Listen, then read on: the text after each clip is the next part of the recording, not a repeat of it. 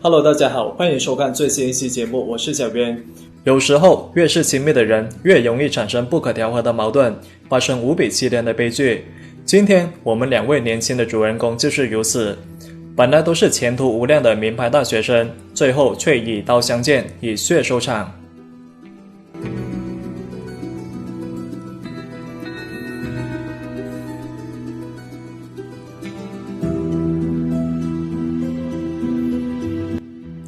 故事还得从中国一个叫做安然的学生说起。他出生于1984年，从小在北京长大。2002年，他考到了中国顶尖学府北京大学的医学系。开学之后，安然发现班里的同学都来自五湖四海，例如自己3个舍友就分别来自新疆自治区、福建省以及河南省。作为土生土长的北京人，安然没有一点在首都长大的高傲，相反，他对外地同学是格外的热情。和同学的关系相处得非常的融洽，直到做了入学体检之后，一切才发生了巨变。因为安然被查出患有肝炎，看着体检报告单，他不知所措，根本就不知道自己是怎么患上肝炎的。安然没有把患病的事情告诉周围人，尤其是自己的舍友。他明白，如果周围人知道自己的病情后，肯定会排挤自己，甚至要求自己退学。这好不容易才上了北大，要是因此被退学，那就太可惜了。为了避免影响周围人，安然就变得更加注意卫生，甚至到了有洁癖的地步。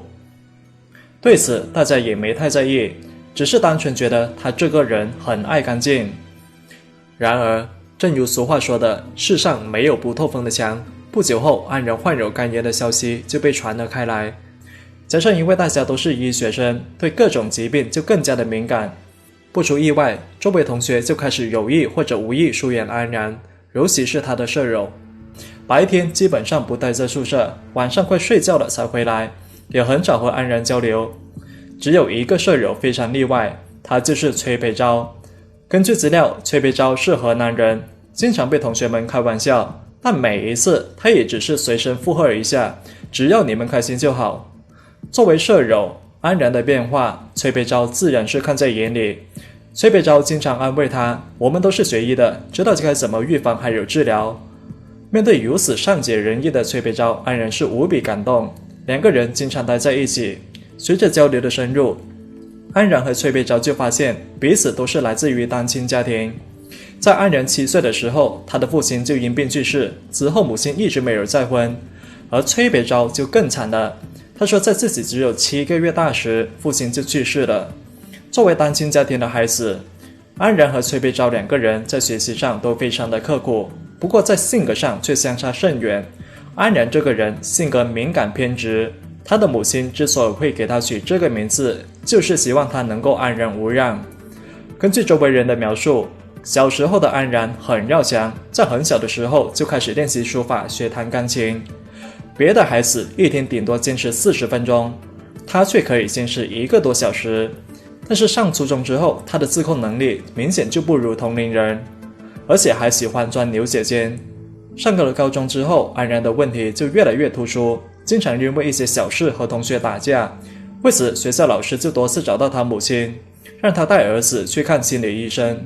1999年时，母亲就带着安然去了一所名为北医6院的精神病院。在那里，安然就接受了2年的心理治疗，但是后来因为高考就中断了。相比较于城里孩子上不完的补习班，来自农村的崔培昭则要面对干不完的农活。在崔培昭只有几岁的时候，他就跟着大人下地。后来家里不种地了，他就把全家的家务活给包了下来。后来母亲再婚，崔培昭就多了个弟弟还有妹妹。虽然彼此没有血缘关系，但是几个人却相处得非常好。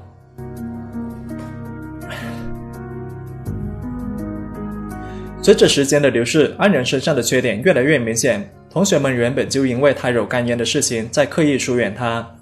后来发现他脾气的古怪偏执之后，就更少和他来往了。而在生活习惯上，安然非常喜欢晚睡晚起，大冬天的晚上还喜欢洗冷水澡。冬天洗冷水澡还不算什么，要命的是安然是个夜猫子，晚上大家都要睡觉了，他却喜欢看书，还经常把电脑声音外放，有时候一吵就是好几个小时，舍友经常因此和他发生争吵。夹在中间的崔培昭就只能当和事佬。安然虽然从小学习优异，但是来到了北大这样一个全是尖子的环境，他的优势并不是很明显。相反，来自河南农村的崔培昭每次考试都名列前茅，还多次获得奖学金，这让安然心里很不平衡。更加令人妒忌的是，崔培昭的人缘还很不错，特别是女生都很喜欢和他聊天，奈何他性格内向害羞，见的女生说没几句话就脸红。有时候看到崔培昭和几个女生有说有笑，安然便想过去凑热闹，谁知刚走过去，这些女生们就纷纷找理由离开。安然表面张牙骄傲的背后，隐藏着他深深的自卑还有倔强。看着好朋友如此受欢迎，自己却因为干言的事情被人冷落，正常人都会觉得失落。对于性格敏感的安然来说，就更是如此，他觉得很不公平。在崔培昭越来越受大家喜欢的同时，安然却越来越不喜欢他了。安然认为，崔培昭之所以对自己好，不过是虚情假意，想利用自己收买人心。再后来，安然就直接开始摆烂，不但不打扫卫生，自己的东西也不收拾，桌子还有床上的东西乱七八糟，堆了一堆又一堆，被子也不叠，垃圾也是乱扔。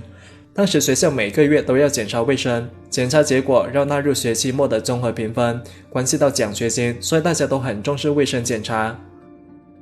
各个宿舍的学生都很积极的大扫除，不过在安然这个宿舍却非常例外，他们打扫宿舍卫生时一般只有3个人，每次到打扫卫生时，安然总会莫名其妙的失踪。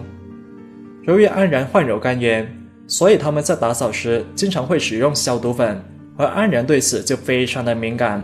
有一次在打扫卫生时，宿舍其他3个人就费了9牛2虎之力，把宿舍收拾得干干净净。正当大家松了一口气时，安然却不知道从哪里跑回宿舍，直接给刚拖完的地板上加了几个脏脚印。自知理亏的安然正想退出去，但是刚闻到刺激的消毒水味道之后，他心里强烈的自卑感就瞬间膨胀起来。怒气冲冲的他就直接对舍友吼道：不想跟我住就搬走啊，怕我传染给你们，那就赶紧滚啊！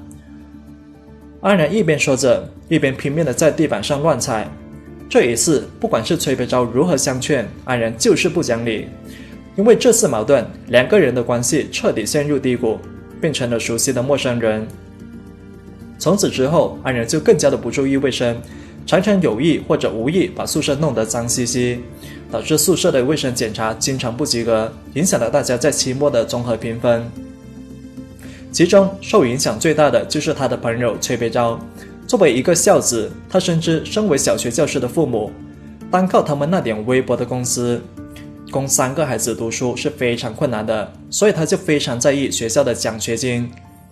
而1等奖学金一直是崔培昭追求的目标，可是自从安然的敌意逐渐增加之后，他们宿舍的卫生就没有及格过。虽然崔培昭的考试成绩很好，但是卫生加分不高，所以经常和1等奖的奖学金失之交臂。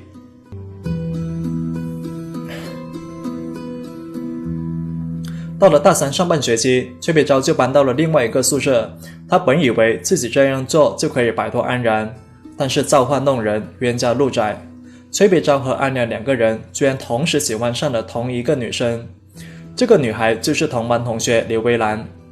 刘薇兰有着小麦色的健康皮肤，活泼开朗，这种阳光的气势是安然所欠缺的。在青春期荷尔蒙的怂恿下，安然就开始追求刘薇兰，包括写情书给她。身为同班同学的刘薇兰自然知道安然的怪异脾气，她并不喜欢安然，但是又害怕会得罪她，有时候也只是出于礼貌和她说1-2句话，不料安然却得寸进尺，开始整天围绕着刘薇兰转。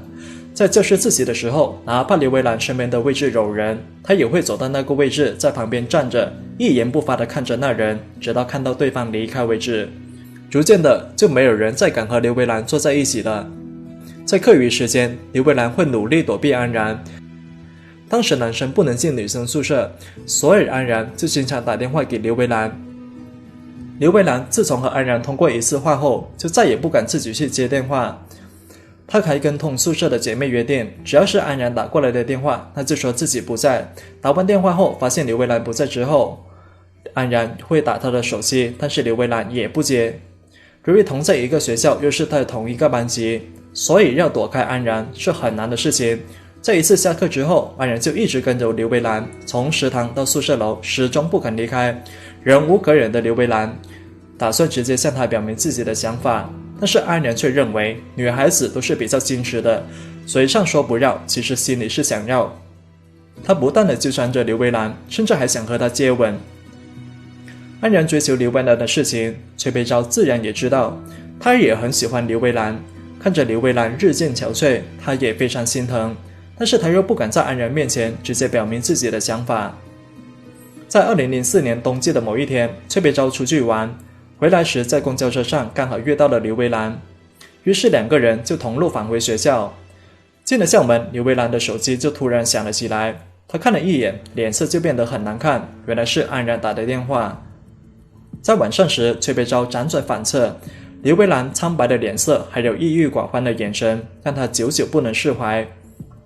他拿起手机给刘维兰发了一条短信，安慰他遇到事情不要逃跑，要勇敢面对。从那以后，崔佩昭和刘维兰就开始了短信联系。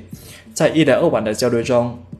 刘维兰也逐渐认可了崔佩昭，而刘维兰也激发了崔佩昭的男儿气概，怎么可以让自己心爱的女孩整天担惊受怕呢？爱她，那就会给她关爱，还有足够的安全感。其实崔佩昭心里还有一个小小的私心，他就是想挫一下安然的锐气。你安然苦苦追求不到的人，我追到手了。想起此前安然欺负自己的场景，崔佩昭就恨不得马上告诉安然，刘维兰不喜欢你，他喜欢的人是我。在偷偷相处一段时间后，崔佩昭和刘维兰就决定公开恋爱。他把这个想法告诉给刘维兰之后，刘维兰是既感动又担心。感动的是自己没有看错人，但他又担心安然会报复崔佩昭。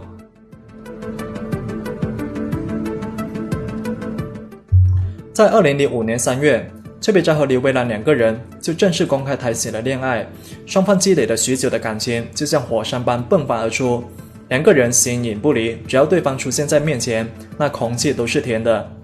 情到深处不免卿卿我我，有时候在教室里，崔佩昭和刘维兰在安然的面前就会做一些亲密的动作，比如说手拉手或者亲吻等等，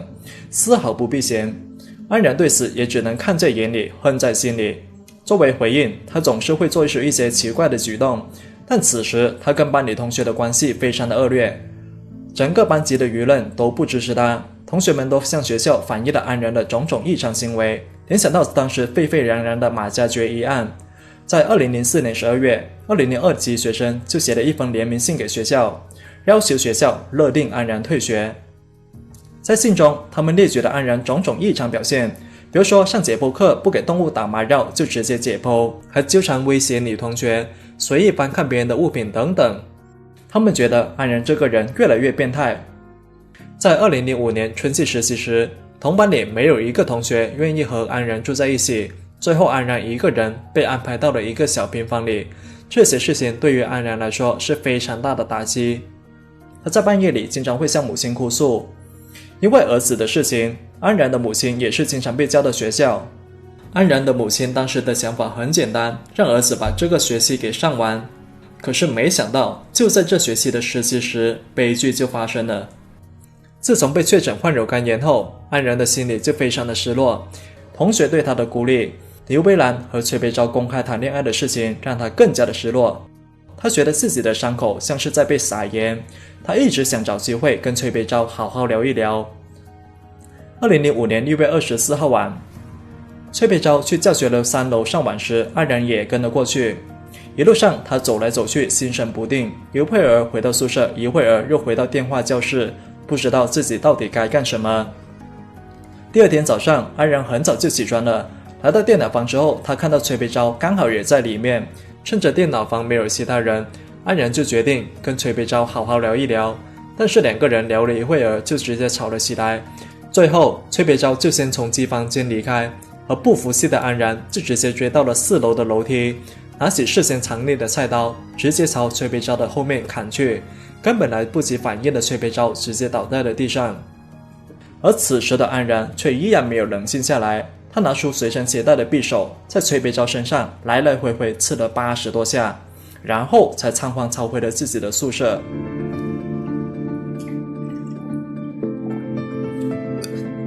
北大于学生80多刀杀死同学事情曝光后，立即就引起了巨大的轰动。2个孩子的母亲怎么也没有想到自己的儿子会遭遇到这样的事情。在第一次庭审时，面对检方的询问，安然不是摇头就是点头，他最后的一句话也只是我认罪，其他的事情我不想说。检方在宣读了同学的证言后，他变得非常的激动。他说同学一直在污蔑他，对于杀害自己好友崔佩昭的事情，安然说着说着就哭了起来。事情发生之后，最伤心的人就是双方的父母。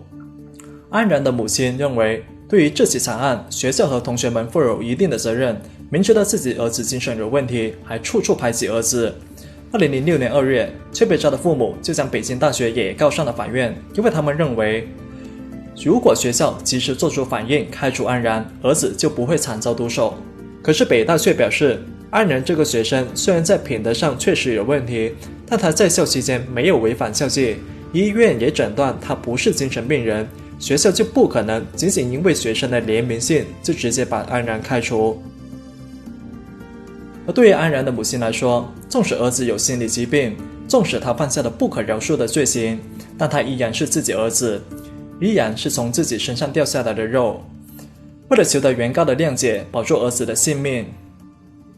案发之后，安然的母亲就四处奔波，向亲朋好友借了40多万元人民币赔偿费。2006年3月14号，凑足了救命钱的安然母亲就民事赔偿部分与崔佩昭的家长达成了调解。安然的母亲赔偿了崔佩昭父母40万元后，崔佩昭的父母就撤回了诉讼。3月22号，法院就宣布了安然死刑、缓刑2年执行的判决，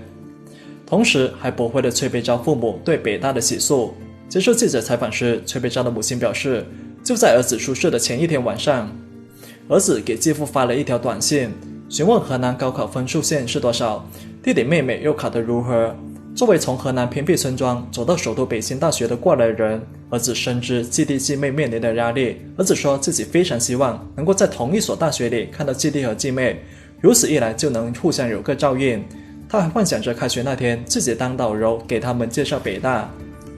包括学校的路线以及哪家小吃最好吃等等，他都已经了解得一清二楚。可仅仅1天之后，一切都变了。在崔佩昭尸体火化那天，他的全班同学都自发参加了追悼会，还集体写了悼念词。对于崔佩昭的母亲来说，事情发生后，他就变得行尸走肉，再也没有办法好好正常教书。他在晚上时会经常梦到儿子，梦到儿子在田里一边劳作一边傻笑。而在家里最不嫌弃安然的人是他的母亲，而在学校里则是他的好友崔佩昭。然而安然却亲手杀了自己的好友，同时也把他母亲最后的一丝希望给彻底抹杀。我是小渊，我们下期再见。Hello， 大家好，欢迎收看最新一期节目，我是小渊。我们都说一个男人的欲望是和他的权力还有金钱相挂钩的。有些权力通天的男人，他总喜欢睡在被金钱铺满的房间里，而有一些腰缠万贯的人，他总喜欢搂着妩媚诱人的美娇娘。而本期这位主人公却非常特别，作为一个管理9000万人口大省的副省长，虽然他既有钱又有权，但是他却要求自己的妻子必须文凭低而且长得丑。正是这个奇葩的要求，引出了一件轰动一时的罪案。从一个万众瞩目的副省长到一个被判死刑的阶下囚，他究竟经历了什么？今天我们就来一探究竟。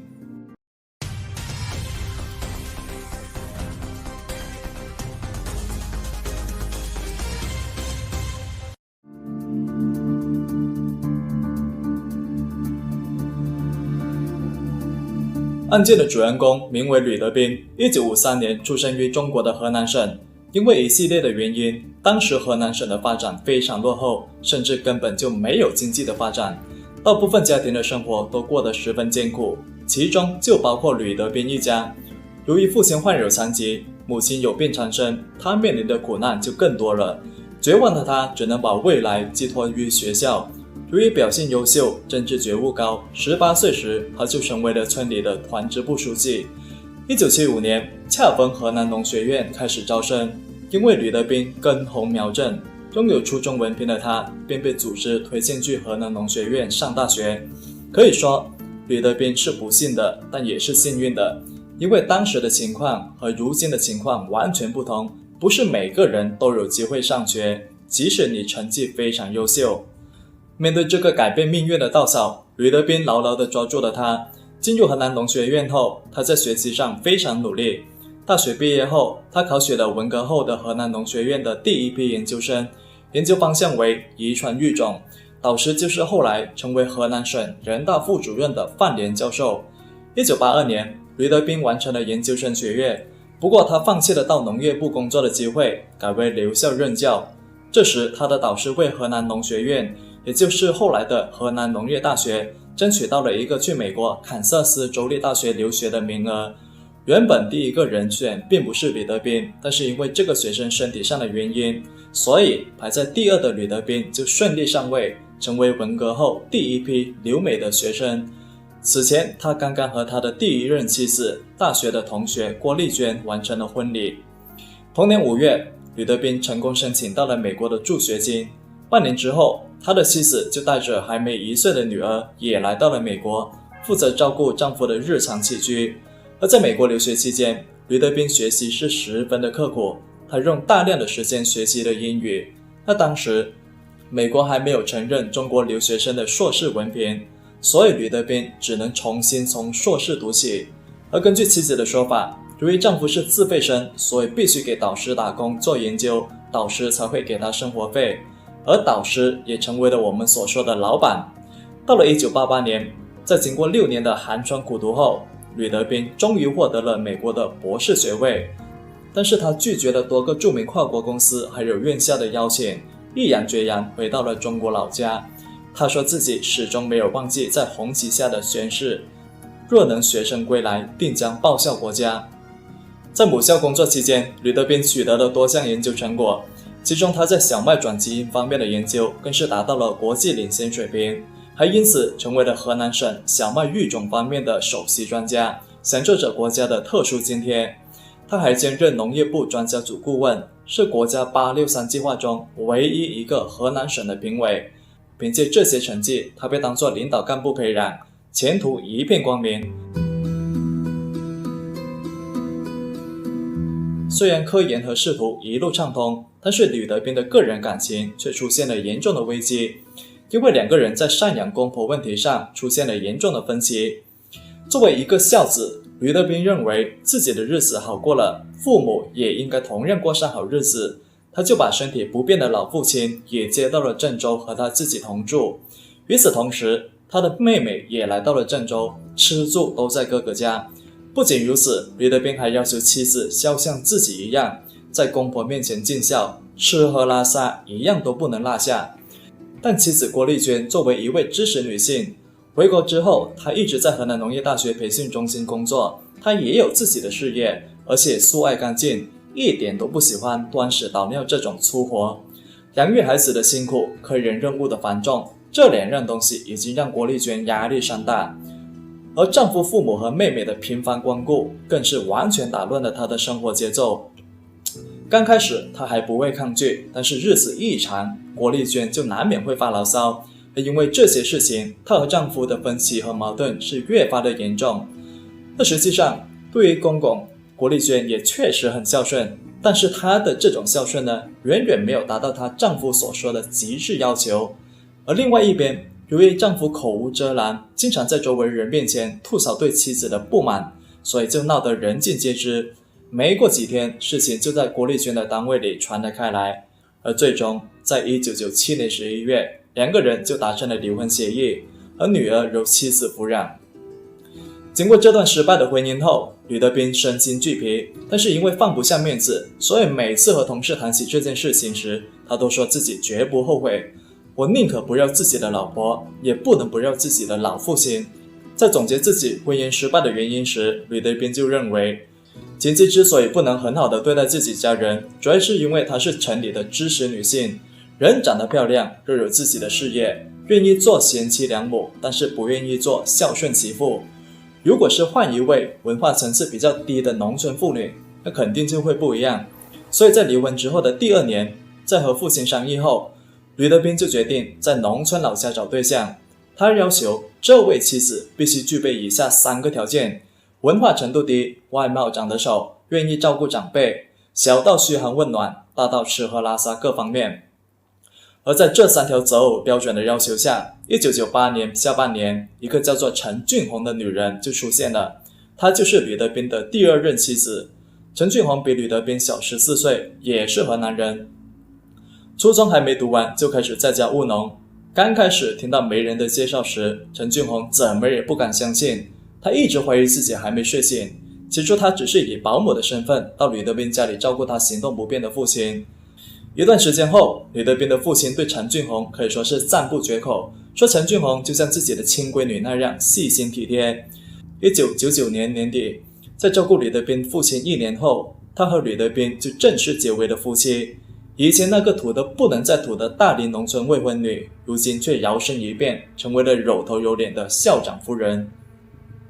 结婚1年后的2000年年底，陈俊宏就生下了一个儿子。作为一个封建意识浓厚的高级知识分子，因为那一年刚好是龙年，所以可以说是喜得龙子。吕德斌非常的高兴，心里对陈俊宏也是格外的感激，对他很是宠爱。而第2年，吕德斌就成为了河南省的副省长，一家3口就搬到了郑州的省级干部住房，地方不大，也就200多个平方。生活上有保姆照顾，出入有专车接送。2003年年初，在丈夫的介绍下，陈俊宏就进入了河南农业大学工作。从农村妹到城里妞，从无业游民到公职人员，从卑躬屈膝到趾高气扬，陈俊宏的脾气也不断发生变化，谁也不敢惹他，谁也不敢动他。他对家里人也开始指指点点，对吕德斌的秘书更是像奴才一样指挥，只要有一点不符合心意，那就会遭到他的一顿怒骂。对于妻子的这些变化，吕德斌虽然早有心理准备，但他还是感觉到很不自在。我以后可是要去北京的男人，你就不能收敛一点吗？他苦口婆心地给妻子讲了很多道理，但是妻子根本就听不进去。陈俊宏很清楚丈夫拿他没有办法，所以就变得更加的骄横。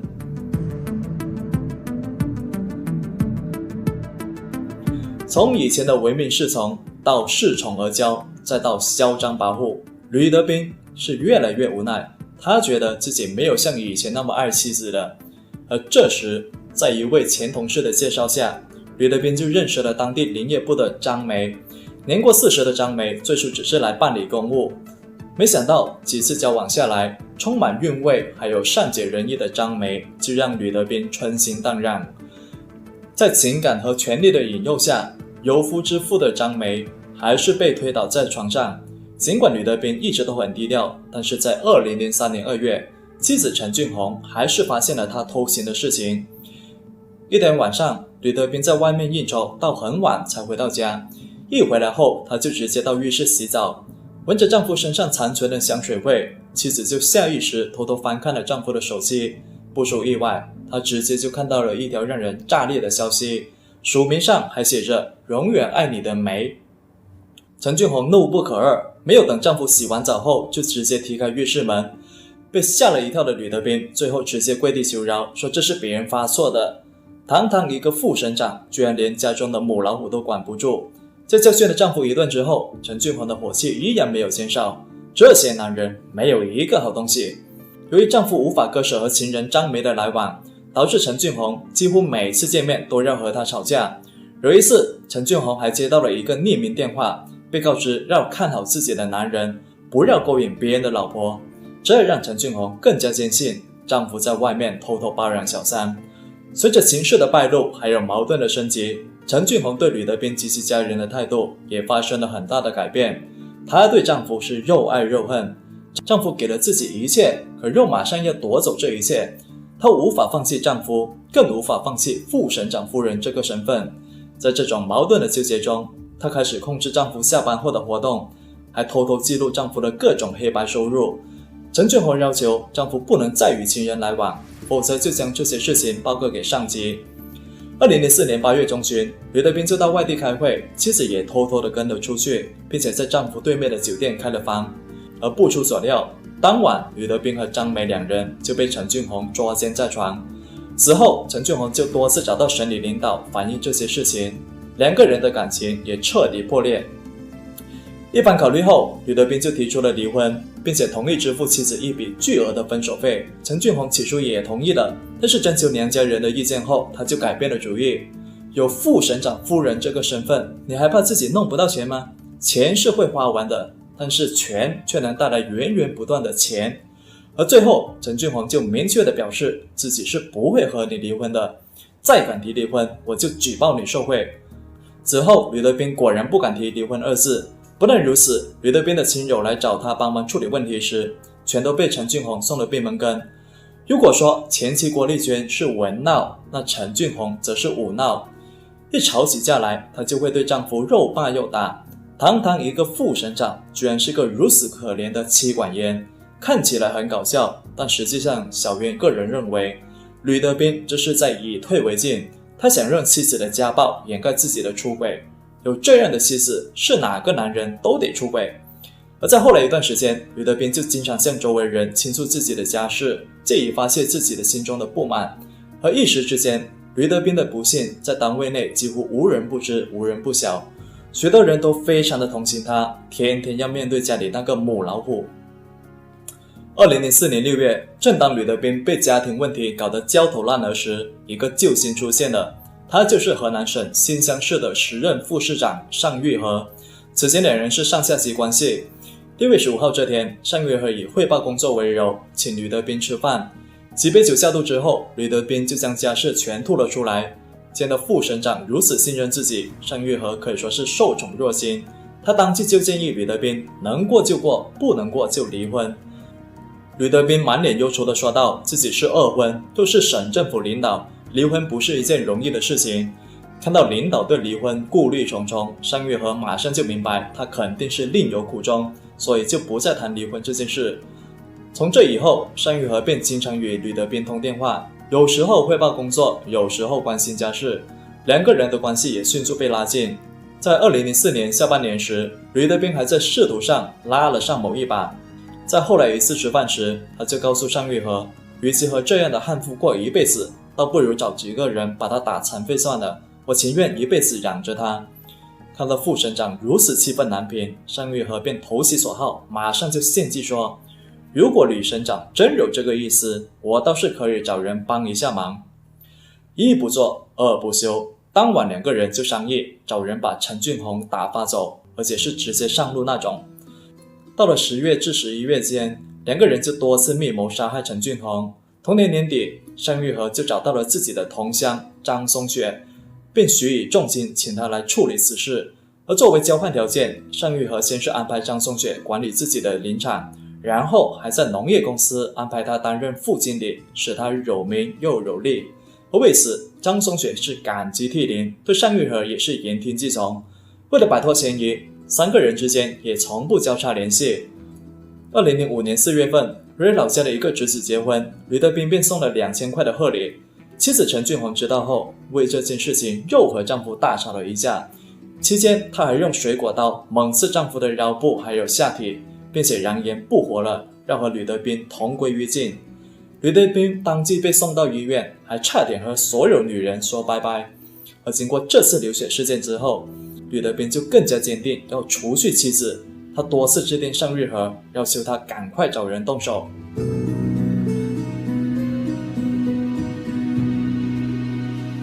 2005年年初，陈俊宏就考取了驾照，她就向丈夫提出让买车的要求，不料被丈夫直接拒绝。陈俊宏骂丈夫无情无义，贪了那么多的钱，给老婆买一辆车都不肯。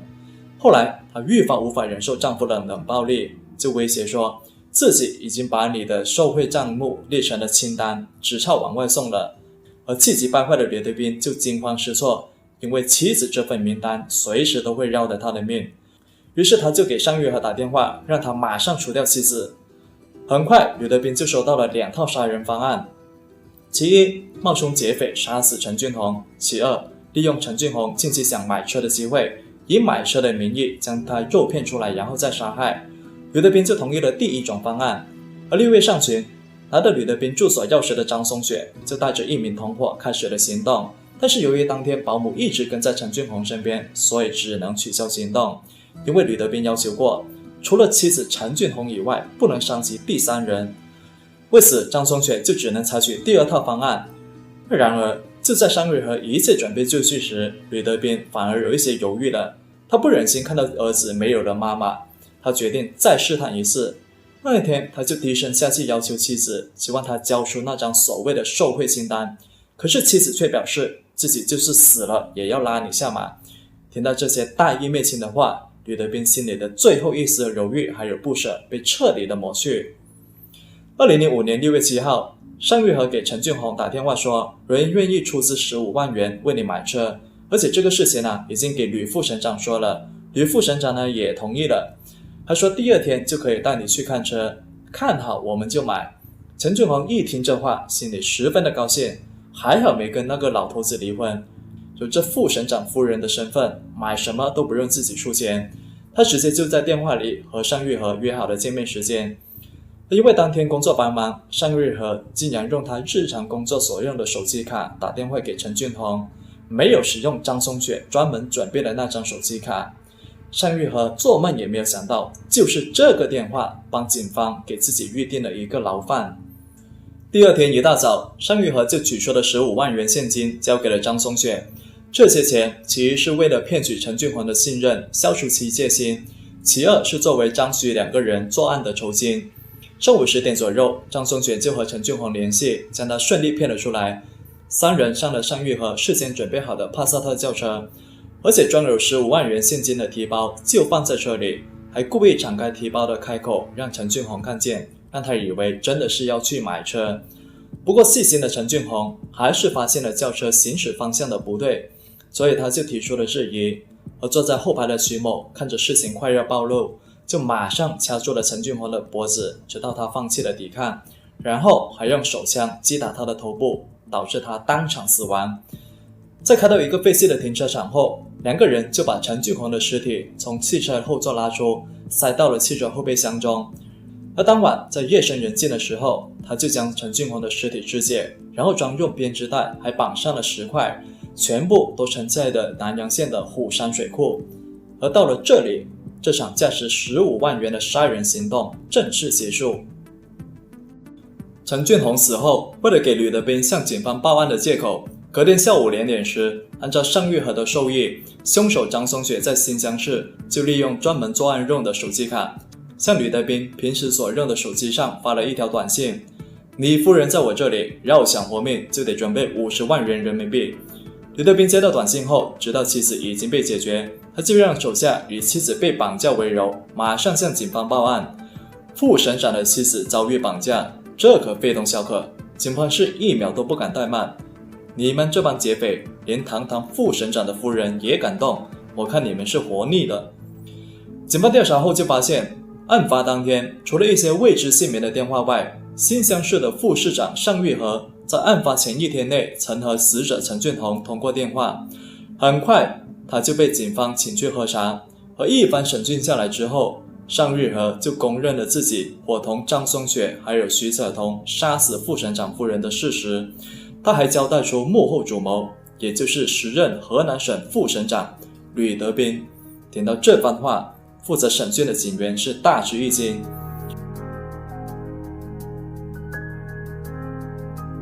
在案发仅仅1个星期后的6月15号，吕德斌就被检察机关批准逮捕。副省长受意杀妻，这个大新闻直接就震惊了国内外，而且还创造了当时全国之最。在所有公开的案件中，吕德斌是当时犯下故意杀人罪的最高级别官员。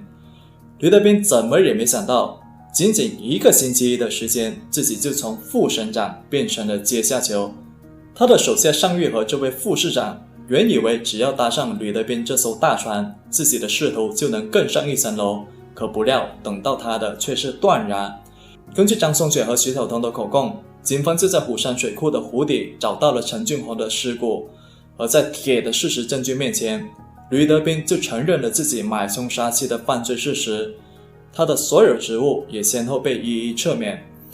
7月22号，郑州市中级人民法院对该案召开了庭审，而在庄严肃穆的法庭上，吕德斌、尚玉和等人完全没有了以前身居高位时的威风派头，特别是吕德斌，他讲话时非常激动，经常是语无伦次。而当被问及杀人问题时，这几个人一直在百般狡辩，一直都想逃脱责任。吕德斌虽然承认犯罪，但是他辩称自己只是想找人打残妻子，从来就没想过要杀害妻子，是尚玉和这些人误会了他的意思。而另外，吕德斌还打出了背信牌，他说平时妻子经常打骂自己，让自己下跪。如果法庭允许的话，他还可以当庭脱下自己裤子，以查验自己的伤疤。而另外一边的尚玉和看到吕德斌这番模样，他就表示，副省长交代的事情，那我作为下属，我只好努力去完成，但是自己一直都不是主谋，也没有直接杀人，所以就请求法院重新处罚。杀手张松雪则说，从小到大自己都是最怕当官的，既然副市长让自己去杀人，那自己只能照办。而徐晓彤则说，来郑州杀人前，他连杀谁都不知道，只因为平时张松雪对自己够意思、够哥们、够情义，张松雪让自己杀谁，自己就杀谁。大难临头各自飞，四个人在法庭上可以说是一直都在互相甩锅，完全就没有案发前称兄道弟的影子。而吕德斌在最后的陈述中就说到，自己读了20多年书，为国家呢也是做了一定的贡献。现在他牵头培养出的几种小麦新品种，也已经通过了国家有关机构的评定，所以就希望法庭能够给自己一个重新做人的机会，让自己在有生之年再为社会做一点贡献，以戴罪立功。而最终经过10多个小时的审理后，法官就认为吕德斌等人的行为已经构成了故意杀人罪。而当吕德斌在庭上听到死刑这2个字时，他的情绪非常的激动，他当即就表示要上诉，可仅仅18天之后，他的上诉就被法院驳回。而在等待被执行死刑的129天时间里，也许是他人生中最痛苦、最煎熬、最后悔的时光。从极度贫穷的农村家庭，到远渡重洋的留学博士，再到9000万人口大省的副省长，到最后被判死刑的杀人犯。与其说是女人毁了吕德斌，倒不如说是吕德斌自己毁了自己。我是小渊，我们下期再见。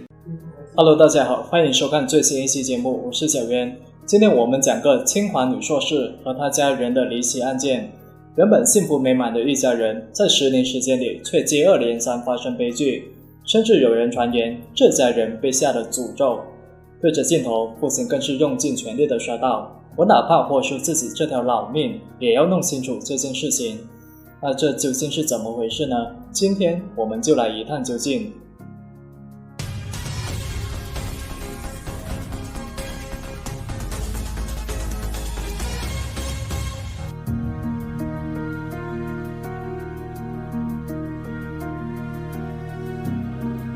开篇之际，先给大家介绍一个人，就是这位表情看起来非常痛苦的男子。他的名字叫做唐英。根据资料，唐英此前是中国北京某个中学的教师。他靠着多年来的教书育人，不但桃李芬芳满天下，而且家里2个女儿也非常的优秀。大女儿名字叫做唐洁，小女儿名字叫做唐静。姐妹俩是双胞胎。从照片来看，2人都长得非常端庄，给人一种非常踏实还有贤良淑惠的感觉。父亲唐英表示，姐妹俩关系非常要好，一起长大，一起在学习上互相勉励，共同进步，还经常主动帮母亲干家务活。周围邻居都非常羡慕自己有2件贴心的小棉袄。而在2000年时，2个女儿参加高考，双双被重点大学录取，其中小女儿唐静还考到了中国顶尖学府清华大学。父亲唐英告诉记者，在放榜结果出来后，自己通知了很多亲戚到家里聚餐庆祝，当时家里非常热闹。作为孩子的父亲，那一刻自己的心里别提有多激动了。然而天公在布局一个降人才的同时，也喜欢附送厄运。就当2个女儿进入大学校园后不久，唐英家里发生了不幸的事情，也就是从这时候开始，诡异的厄运似乎一直徘徊在他家门口，期间还多次到他们家里做客，离开时还不忘带走一些无比珍贵的东西。唐英表示，在2002年时，妻子突然服农药自杀。事情发生后，自己怎么也想不通妻子为何会不辞而别。因为结婚之后，2人虽然有过争吵，但也是床头吵架床尾和。自己1没虐待家人，2没奸淫作恶，家里条件也不是说穷到没米吃饭，妻子怎么就突然患上抑郁症，突然自杀呢？女儿被名牌大学录取，妻子却突然不辞而别，一悲一喜。短短几年时间里，唐英经历了过山车般的人生。在周围人的开导下，唐英从妻子自杀的阴影里逐渐走了出来。他觉得做人要向前看，自己还有女儿，此时的自己不仅仅是一位父亲，更是女儿的依靠还有希望。后来在机缘巧合之下，唐英就遇到了现在的妻子，破碎的家庭总算开始有了重圆的感觉。两个女儿大学毕业后也找到了理想的工作。大女儿唐杰在经过激烈的厮杀后，成为了北京的公务员，在专利局工作。平时的工作任务也非常轻松，朝九晚五，待遇丰厚。小女儿唐静则被世界500强企业 IBM 聘用。除了稳定的工作，两人也都找到了各自的人生伴侣，即将组建自己的家庭。然而，就当唐英以为自己总算能够安稳度过下半辈子时，死神又带着镰刀悄悄地来到了他家门口。2009年时，大女儿唐杰开始频繁失眠，也许是工作压力特别大，又也许是其他原因。总之那段时间，她整个人的情绪非常低落。对于这件事情，父亲作为过来人觉得，女儿毕竟是刚出社会，可能是在事业上过于着急，想早点干出自己的一片新天地，加上又是在人才济济的北京，要是没压力那是不可能的。他相信女儿可以像之前那样把压力转为动力，迎难而上。而这一次事情远远出乎了他的意料，因为女儿被确诊出患有抑郁症。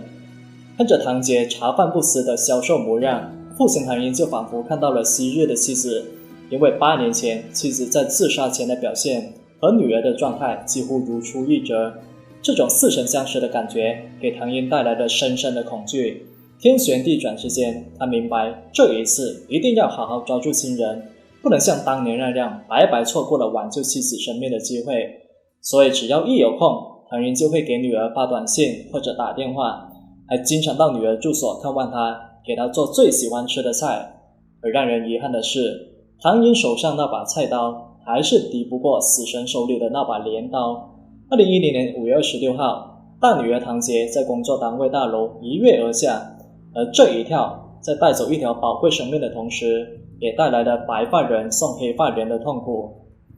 刚从阴影里走出来的唐英，因为女儿的突然自杀，又陷入了黑暗。明明都已经控制住了病情，怎么女儿还是突然跳楼？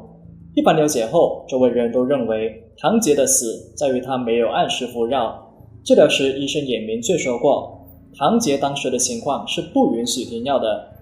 在为女儿因抑郁自杀痛惜的同时，父亲唐英也不断反思，因为女儿和前妻的死都和抑郁症有关，难道说这是一种遗传病吗？唐英咨询了相关医生，但医生表示，就目前的临床经验来说，抑郁症不会通过基因遗传，而更多的影响因素在于环境还有经历。比如说，有些人在童年时被虐待，或者接二连三受到严重打击。而对于你大女儿的自杀，大概率可能是因为她母亲的过早去世，又或者是说工作压力过大。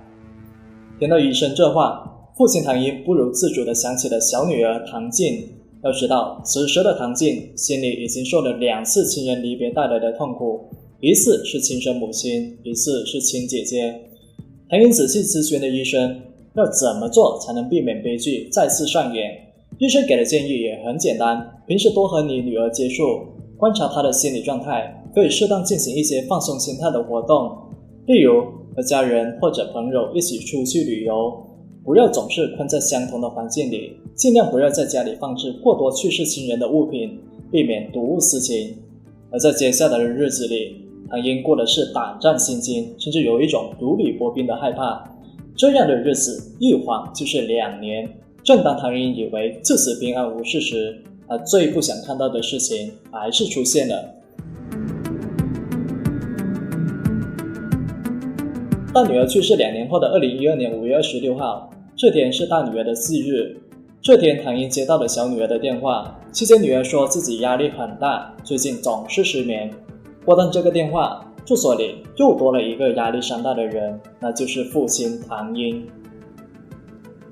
不同于上次，这次唐英家面对死亡考验时，有个人站了出来，他就是唐静的一位男同学，准确的来说是男朋友。这个小伙子名字叫做赖俊，也在清华大学就读。在一次社团活动中偶然认识的唐静，赖俊表示，当自己第一眼看到唐俊时，就觉得这女孩是自己的菜。而在荷尔蒙的加持下，赖俊就展开了激烈的爱情攻势。从开始要联系方式，到送唐静回女生宿舍，再到牵着她的手一起向室友撒狗粮，两个人的关系进展非常的迅速。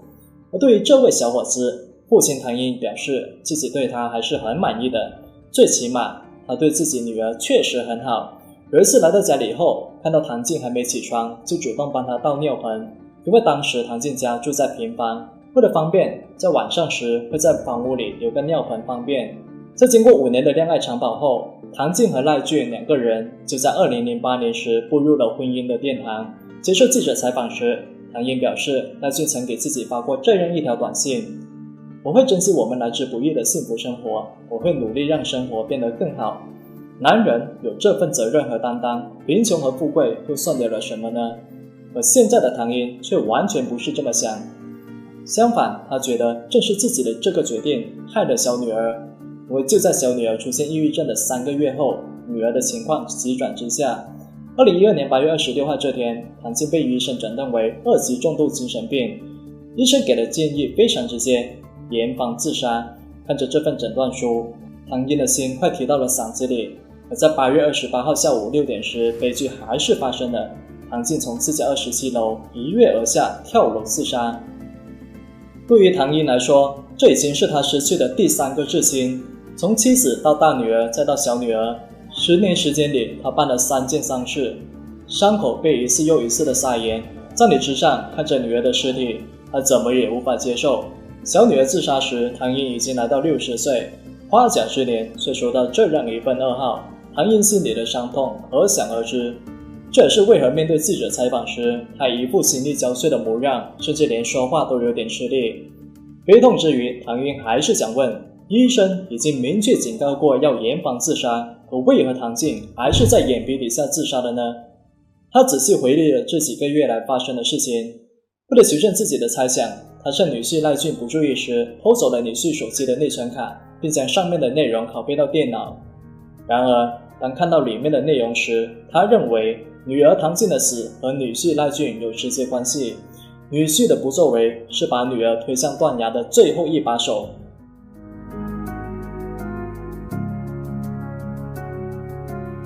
唐英告诉记者，自从获悉小女儿唐静被确诊有抑郁症后，自己就一直催促女婿要带她到医院接受治疗，而女婿却总是用各种理由拒绝自己，例如说自己工作很忙。其实这个原因自己也能理解，毕竟女婿这个年纪是打拼事业的重要节骨点。可是后来女婿却直接说，不要过多干预唐静，不要总是让她去医院，给她过多压力，要让她有自己的私人空间。可事实证明，不干预的结果就是女儿的突然跳楼。而更让唐英气愤的是，他发现赖俊似乎忘记了自己的承诺，因为在他的手机里有很多段和不明女性聊天的记录。唐英的现任妻子告诉记者，赖俊经常和这些女人在大半夜时聊天，而且双方聊的都不是工作上的事。试想一下，一个已婚的男人和其他异性在大半夜聊生活问题，这显然不合适。而之所以会把这些事拿出来说，是因为唐英想表达这样一种观点：你既然有时间和其他女人在大半夜聊生活，那你为何没时间带我女儿去看病？难道你妻子生死攸关的病情，在你眼里真的不值一提吗？在岳父唐英看来，赖俊延误女儿病情的治疗也就算了，可随后他做的一件事更是让人无法接受，就是这件事情直接导致了自己女儿的死亡。唐英表示，在8月26号这一天，医生为女儿诊断时，赖俊也在现场。当时医生就直接开了重药，因为当时唐静的病情非常严重，自己和赖俊也被医生反复多次叮嘱要严防患者自杀。而在2天后的8月28号，赖俊在把唐静交给自己母亲后就直接出了门。那天下午，趁着婆婆不在意，女儿就把自己关在了卧室里，在里面待了足足2个小时。下午4点进入自己卧室，然后傍晚6点就跳楼。唐英始终无法理解，女儿把自己关在卧室这么久，为何她的婆婆都没有察觉到异常？或者说这期间她为何不打电话告知赖俊，又或者打电话告知自己？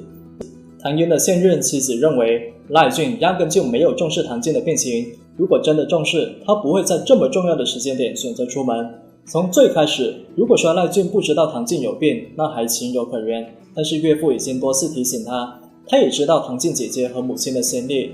但凡赖俊把唐静当作亲人照顾，那他就一定会重视。不管唐静有没有出现异常，都得去医院找大夫检查，不怕一万就怕万一，这才是一个丈夫一个亲人应该做的事情。女儿唐静出事之后，父亲唐英是越想越气，他觉得自己女儿的死和女婿赖俊有很大关系，最后一纸诉状就将女婿直接告上了法庭，还提出了民事赔偿。对于外界讹钱的传言，唐英的现任妻子就表示，那关于这个案子，他们的核心诉求并不是赔偿，而是希望为唐静这条生命讨回公道。其实作为外人，我们可以理解唐英作为父亲的感受，但是对于女婿赖俊来说，大家肯定会问，在妻子病情如此严重的时候，他还出门，他真的是没有把唐静当作自己亲人吗？难道他就真的不知道抑郁症的可怕吗？那针对这些问题，赖俊呢有自己的解释。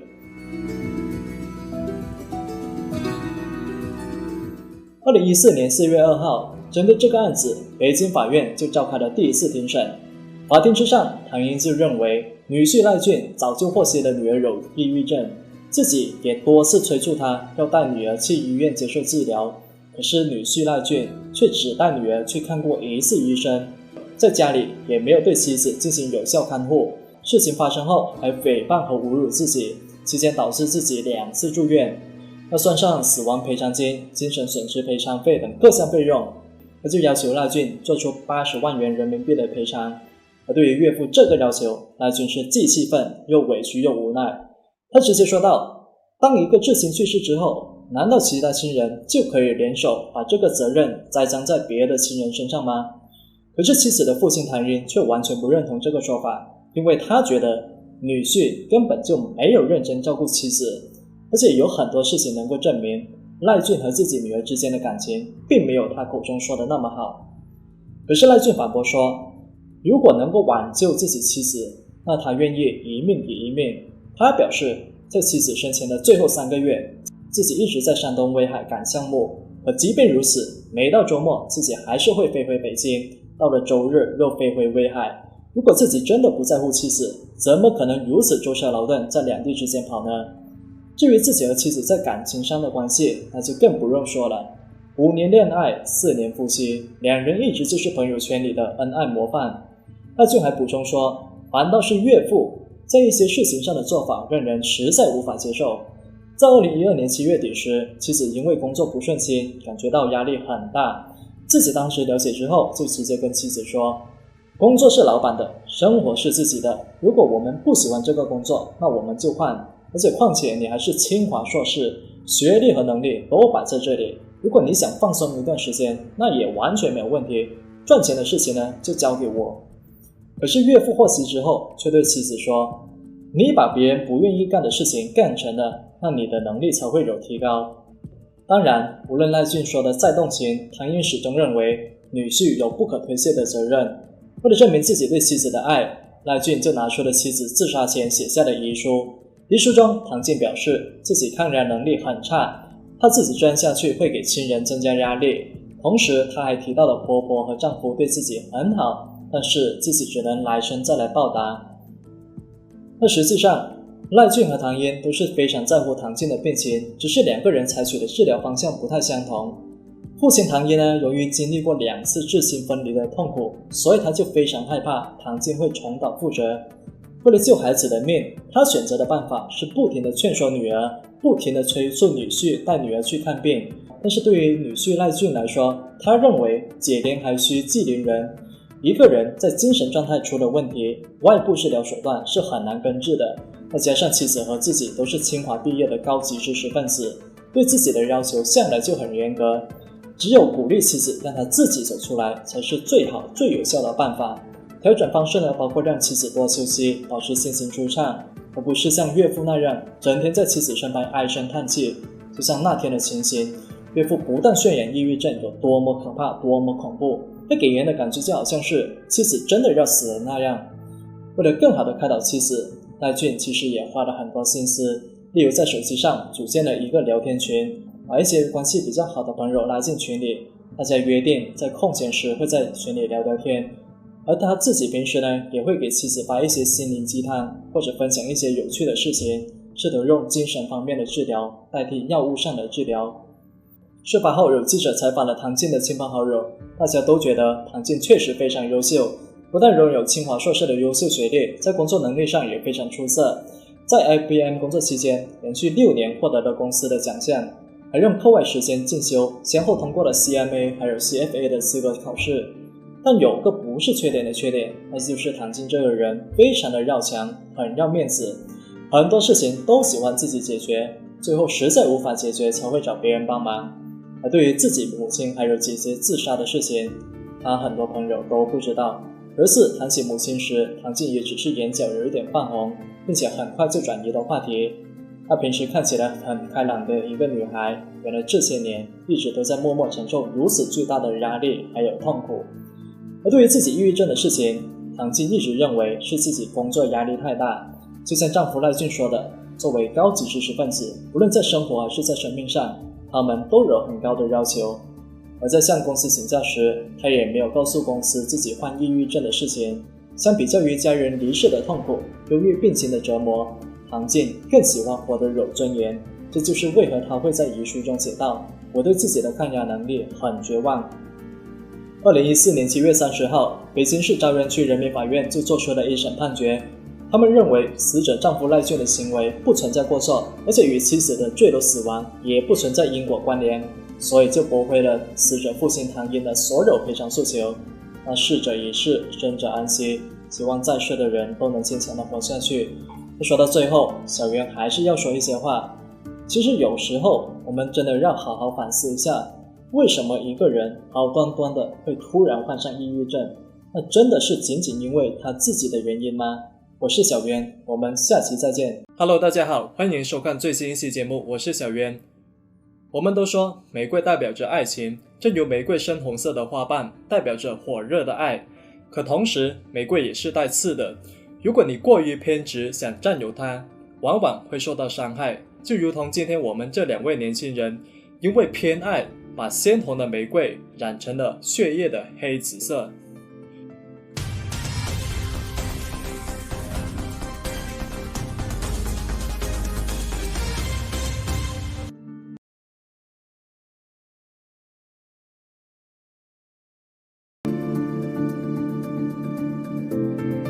案件的女主人公名为邵彤，来自于中国辽宁省的沿海城市大连。她出生于1993年，是家里的独生女，与父母的关系很好，从小就被父母当作是掌上明珠般呵护。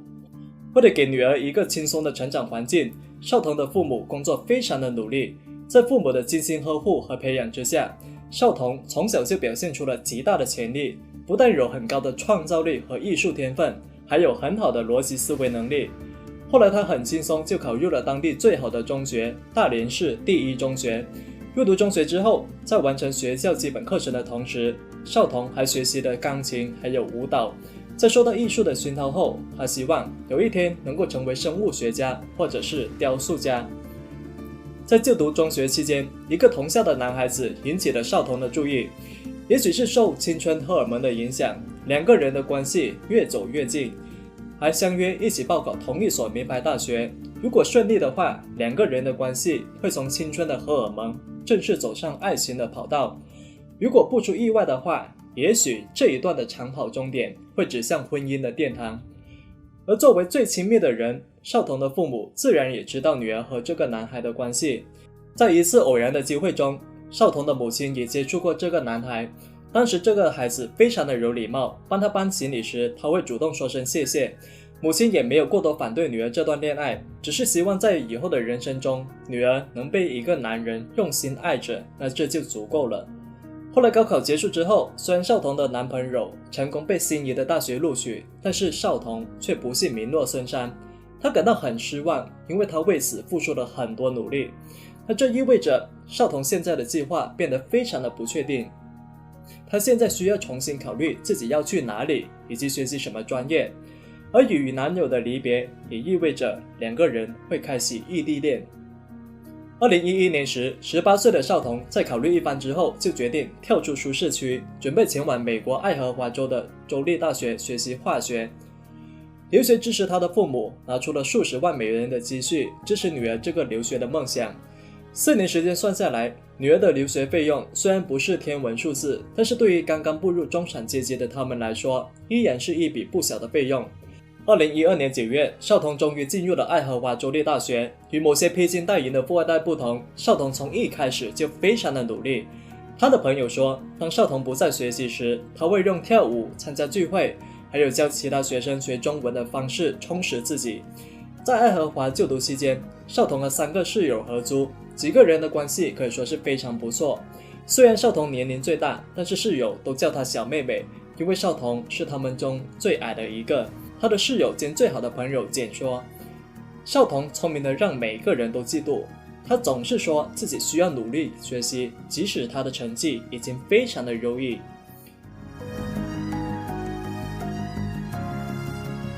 对于少彤的室友来说，少彤除了在学习上让他们印象深刻，还有一个人也让他们印象很深，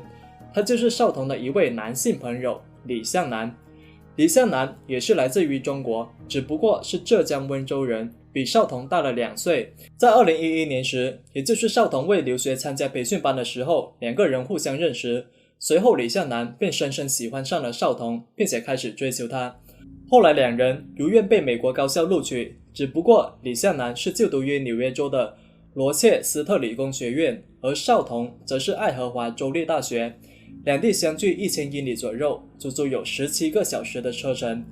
为了能够与心爱的人待在一起，李向南也转到了爱荷华州就读，距离少彤所在的埃姆斯市只有132英里左右。由于李向南没有独自租房，加上还有一段时间才能开始上课，所以就暂时搬到了少彤和他室友那里。尽管几位室友一开始表示并不介意，毕竟大家都是千里迢迢来到美国求学，都是背井离乡的同胞，所以能帮一把那就帮一把。但是后来的事情证明，有时候你的好心不一定能够换回别人的真心。李向南一点都不喜欢和别人打交道，不努力和任何人相处，也不帮忙做租房的清洁工作。自己是宅男就算了，李向南还要求少彤和他一起宅。他非常不喜欢少彤离开他，总是想知道他在哪里，和谁在一起。少彤的室友王某表示，李向南这个人非常的自私。此前少彤主动提议想和大家外出旅游，李向南获悉之后就毛遂自荐，说自己来负责制定游玩计划。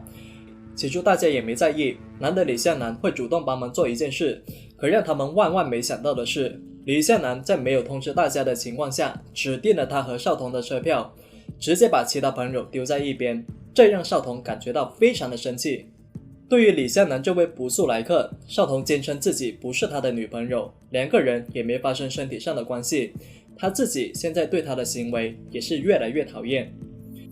从大1到大2这2年时间，少彤在美国的生活和学习一切似乎都进行得相当顺利。令他室友松了一口气的是，李向南最终从公寓里搬了出去，住进了他自己租的房子，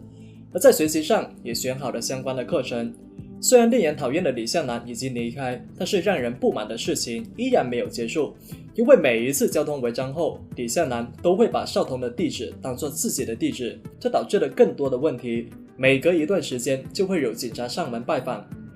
虽然李向南这个人毛病很多，但是在追求少彤这件事情上却是非常的用心，甚至是痴心。室友表示，李向南给少彤买过很多贵重的礼物，甚至专门买了一辆宝马车作为礼物。但是至于少彤有没有收下这些礼物，具体情况小编我就不得而知。那也正是因为如此，少彤也多次或明或暗地告诉李向南，自己已经有了心仪的男朋友，目前只是希望彼此之间保持单纯的朋友关系。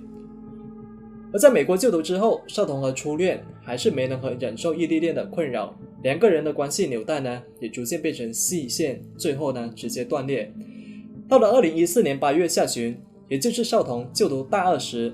他在一次外出游玩时结识了一名中国留学生张某，两个人呢很快互生好感，并且准备成为恋人。而在与室友的交谈中，少彤也表示自己是越来越喜欢这个男孩子。可少彤这番爱意到了李向南那里之后，直接就成为了浓浓的醋坛子。因为这件事情，李向南在自己的社交媒体上发了一句动态：彤彤是傻逼。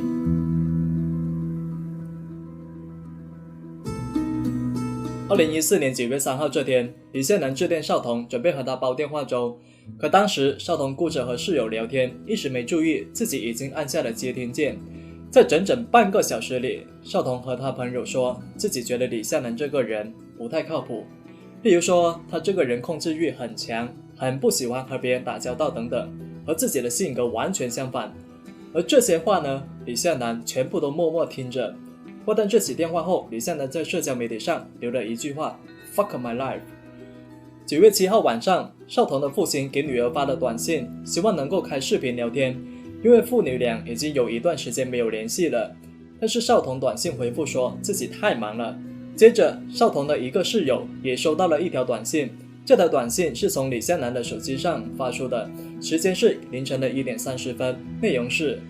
嘿，我还在爱荷华市，但我把手机丢了，所以我用的是李向南的手机。他家里突然发生了一些事情，可能今天要飞回家里，所以我打算坐巴士去明尼苏达州拜访一些在那里的朋友。我会在1个星期后回来。我现在带着李向南的手机，但是手机的电量快用完了。到了9月8号的周一早上，室友惊讶地发现少彤一直都没有回来，尤其是他还有课要上。按照少彤平时的习惯，这非常的不合理。几天后，少彤依然毫无音讯，室友这时开始担忧起来。他的朋友和室友决定聚在一起，找出在过去1周里联系过少彤的人，但是都没能够找到少彤。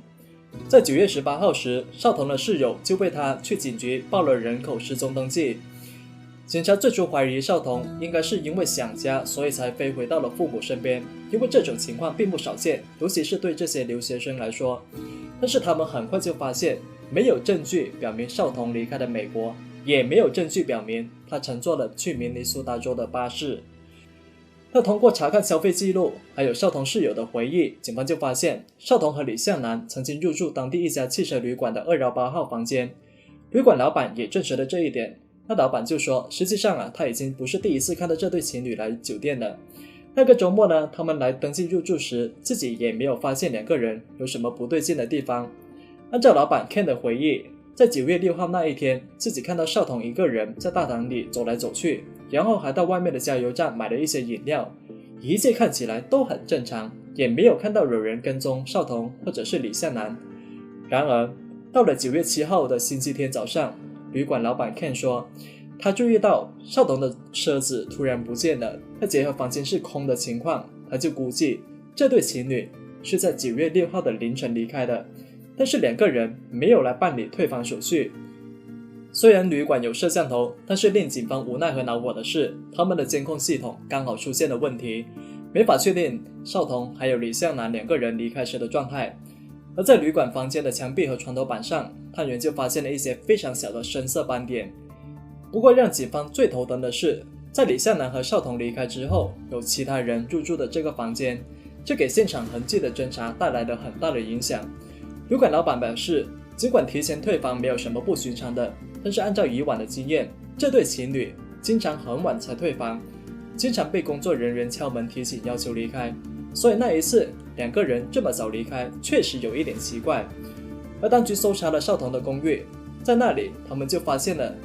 他租车的收据，上面呢还有他的车牌号码。探员就将车的品牌、型号还有车牌号发给了同事，希望能够有所发现。而另外一边，警方在搜查李向南的公寓时，发现整个屋内的东西一片混乱，看起来就好像是他匆忙收拾的随身物品，然后直接离开。警方调查了李向南的手机通话记录，大部分电话都是来自于爱荷华州的埃姆斯，没有任何电话是在明尼苏达州拨出或者接入。那结合各种痕迹线索，探员就认为李向南原本是想在芝加哥转机，结果航班延误，因为不愿在芝加哥等待，便转而去了洛杉矶，从那里直接飞回到了中国。那显然手机仍然在李向南手中，而不是在邵童的手中。接到了很多电话的保罗得同意接受警方的问询。他告诉警方，李向南的确联系了他，还让他帮忙买一张回中国的机票。对于李向南突然要回国的行为，保罗也觉得很奇怪，因为他知道李向南还有课程，但是李向南说自己有一些急事，现在来不及解释。那保罗就询问李向南是否需要回程票，但李向南直接就说不需要。而到了这一步，警方就认为邵童大概率是出事了，而李向南则是最大的嫌疑人。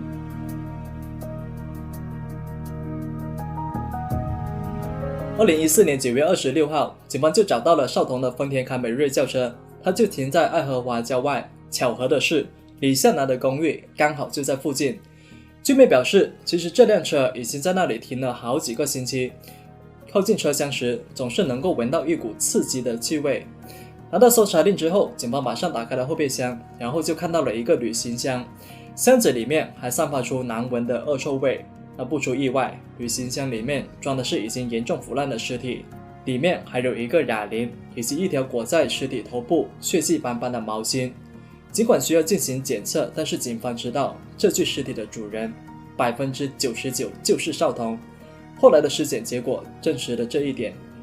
爱荷华的警方就表示，他们目前正在寻找一名嫌犯，他就是23岁的中国留学生李向南，就读于爱荷华大学。尸检结果显示，邵童是死于窒息还有钝物击打，但是警方不能确定他究竟是何时被杀害的。警方相信邵童在被迫塞进旅行箱后，很可能还继续存活了一段时间，但最终还是因为窒息不幸去世。而在车里，他们还发现邵童破碎的手机。回到汽车旅馆后，法医就发现那块裹在李向南头上的血迹斑斑的毛巾，就是来自于涉事的汽车旅馆客房。而在一些家具上，法医还发现了残存的血迹。而监控录像也显示，李向南从旅馆出来之后，在附近商店购买了旅行箱。而在商店里，他花很多时间比较了尺寸，然后推着它到处闲逛。而接着，他在沃尔玛超市购买了2个哑铃，而其中一个就被发现放在旅行箱里。警方怎么也想不明白，这2名大学生只是在旅馆里度过了一个周末，然后就发生了这样的惨案。进一步分析李向南的手机后，警方发现在凌晨3点到4点期间，李向南曾经来到河边。警方就认为这很可能是他打算将旅行箱扔进河里，希望旅行箱能够因为哑铃的重量沉在河里。但是他原来到河边时，他们发现水太浅了。这就是为什么李向南最后会把旅行箱放在车里，而不是丢在河里。那到了这里，警方就大概掌握了整个事件的时间线。事情缘由呢，是李向南在无意间听到邵童和朋友的谈话后，他表现得非常的生气。在9月5号，他就决定把邵童约到旅馆里，当面解决这件事情。结果2个人事情还没解决，就直接吵了起来。最后无法控制自己情绪的李向南，就本想用侵犯的方式教训邵童，但是遭到了邵童的强烈抵抗。而争执过程中，李向南就击打了他的头部，还用双手将其掐死。9月6号时，李向南在作案后就购买了旅行箱，这也是他购买单程机票回中国的同一天，而这一天也是邵童最后一次被人看到。9月7号，在杀死邵童后，李向南就回到了自己的公寓收拾东西，准备离开美国。他开车到处闲逛，考虑是否要将旅行箱扔进河里，但是来到河边之后，他却发现水太浅了，所以最后就决定不这么做。无奈之下，他只能选择把旅行箱留在车里，然后用手机冒充邵童，给他的朋友还有父亲发了短信，就是为自己争取更多离开美国的时间。到了9月8号，李向南就抵达了芝加哥，买了一张去往洛杉矶的机票，在1天之后就飞回到了中国。在2014年9月11号，李向南就从美国飞回到了北京，然后接着转机到了广州的白云机场。而在广州滞留期间，他联系了自己的一位好友，这位好友此前是他的一位师兄，因为大家都是同胞，所以互相认识。但根据这位好友的说法，李向南其实不太喜欢交际，平时呢比较喜欢游戏，在与他的相处过程中也没有发现什么明显的性格缺陷。而这一次李向南突然回国来找自己，也看不出什么异常。他只是让自己帮忙开一个酒店房间，还有兑换一些人民币给他。2天之后，李向南就说自己要回温州，之后就没有和他联系了。直到后来自己在新闻上获悉了少彤这件事情之后，李向南的这位朋友就主动联系了警方。2015年3月，一直藏匿在浙江温州的李向南知道自己没有办法逃脱，所以就主动投案自首。而在自首之前，李向南其实已经在青海省隐姓埋名藏匿了8个多月的时间，而指导这一切的人正是他的母亲。其实李向南之所以会自首的很大一部分原因，也是因为警方给他的父母做了很多工作。被警方问到为什么要逃跑时，李向南表示，他怕在美国报警之后，自己就可能一辈子都看不到父母了，所以就想着先回国看一眼父母，然后再投案自首。可事实证明，李向南投案自首的意愿似乎并不怎么明显，因为他在青海足足藏匿了8个多月。那最后，浙江省法院就做出了一审判决，判处李向南无期徒刑。但是李向南不服这个判决，还提起了上诉。但是2审时，法院还是维持了原判。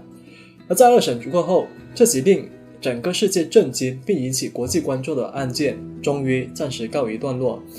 19岁的少彤带着自己的决心还有勤奋，他离开了父母的庇护，独自来到了美国。这原本就是让人感到非常骄傲的一件事情。而在美国就读大学期间，少彤在很多方面都取得了成功，如果顺利的话，他会取得更大的成功。就最后的结果来说，很多人对罪魁祸首能够被绳之以法都感到非常的满意。可即使如此，还是没能够改变少彤已经离开人世的事实。那个曾经活泼可爱的女生已经永远离开了她的朋友，那个承载着父母期望和心血的女儿已经永远没办法回到他们的身边。因为这件事情，少彤的父亲的健康状况可以说是严重恶化，几乎是在一夜之间白掉了头发。他怎么也无法接受自己女儿怎么就会遇上这样一个人，而李向南怎么就下得了如此毒手。爱一个人没有错，可是因为如果得不到，你就要毁掉你爱的人，那你最终会失去所有人对你的爱。对于感情问题，当断则断，不然肯定会备受其乱。最后还是希望在世的人能够坚强地活下去。我是小渊，我们下期再见。